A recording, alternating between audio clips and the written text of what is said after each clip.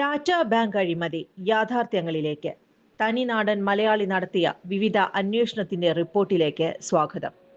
2008 തെറ്റായ data bank നിർണയമാണ് വാസ്തവത്തിൽ കേരളത്തിലെ ലക്ഷക്കണക്കിന് ആളുകൾക്ക് ഡാറ്റ ബാങ്ക് തിരുത്തലിനായി വർഷങ്ങളോളം വിവിധ ഓഫീസുകളിൽ കയറിയിറങ്ങേണ്ടി വന്നത്. ഓരോ ഓഫീസിലും കയറിയിറങ്ങുന്നതിനു പുറമെ KSREC പിക്ചർ എന്ന കടമ്പ കൂടിയുണ്ട്. ആയത് തിരുവനന്തപുരത്തെ KSREC ഓഫീസിൽ നിന്ന് 3 മാസത്തിനകം റിപ്പോർട്ട് ലഭിച്ചിരുന്നുവെങ്കിൽ ഇന്നത് അപേക്ഷകർ കൂടിയതോടെ ലഭിക്കുന്നതിന് 1 വർഷത്തിലധികം കാലതാമസമായി. ആവശ്യക്കാർക്ക് അവിടെയും പെട്ടെന്ന് റിപ്പോർട്ട് ലഭ്യമാക്കാൻ ദല്ലാളന്മാർ പ്രത്യക്ഷപ്പെട്ടു. 40ഉം 50ഉം വർഷം പ്രായമുള്ള വൃക്ഷങ്ങൾ, മരങ്ങൾ, കെട്ടിടങ്ങൾ സ്ഥിതി ചെയ്യുന്ന അപേക്ഷകൾ ഒറ്റയടിക്ക് ഡാറ്റ ബാങ്ക് തിരുത്തുന്നതിന് എളുപ്പമാണെങ്കിലും അതിലും സംശയം പ്രകടിപ്പിച്ചും അവ്യക്തത രേഖപ്പെടുത്തിയും KSREC പിക്ചർ നിർബന്ധിപ്പിക്കുന്ന ഉദ്യോഗസ്ഥരും വ്യാപകമാണ്. ആയതിനാൽ തന്നെ അത് കൈക്കൂലിക്ക് വേണ്ടിയെന്ന് വ്യക്തമാണല്ലോ.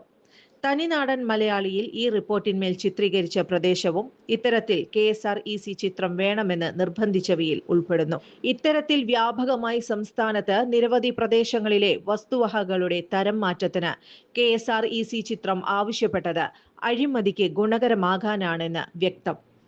ഇതിനാൽ തന്നെ ഏജന്റുമാർക്കും ഉദ്യോഗസ്ഥർക്കും വലിയ ചെലവില്ലാതെ കോടികൾ സമ്പാദിക്കാനും വഴിയൊരുക്കുന്നു.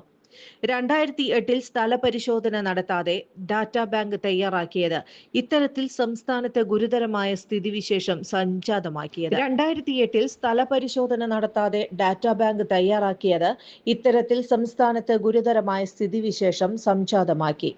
ഈ തെറ്റായ നിർണയം മൂലം ഇത് തന്നെ സമൂലം തിരുത്തുന്നതിന് സർക്കാരിന് കോടികളാണ് ജീവനക്കാർക്ക് വേണ്ടി ശമ്പള ഇനത്തിലും മറ്റും ചെലവഴിക്കേണ്ടി വന്നത്.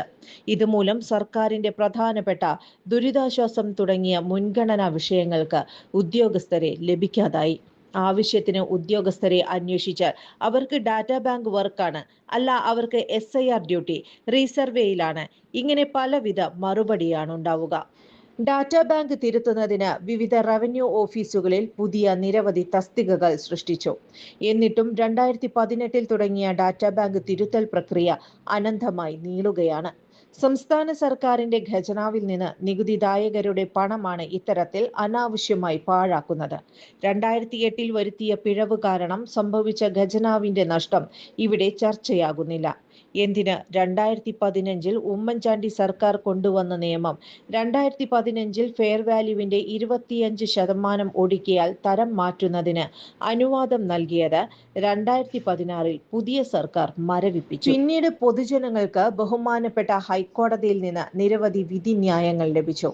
നിവൃത്തിയില്ലാത്തതിനെ തുടർന്ന് സർക്കാരിന് പുതിയ ചട്ടങ്ങൾ രൂപീകരിച്ചു. അതെല്ലാം 2015 നടത്തിയ ചട്ടത്തിനോട് സമാനം. ഇതുകൊണ്ട് ഇന്നത്തെ സർക്കാരിന് ലഭിച്ച ലാഭം എന്താണ്? വെറുതെ 10 വർഷം നഷ്ടപ്പെടുത്തിയെന്ന് മാത്രം.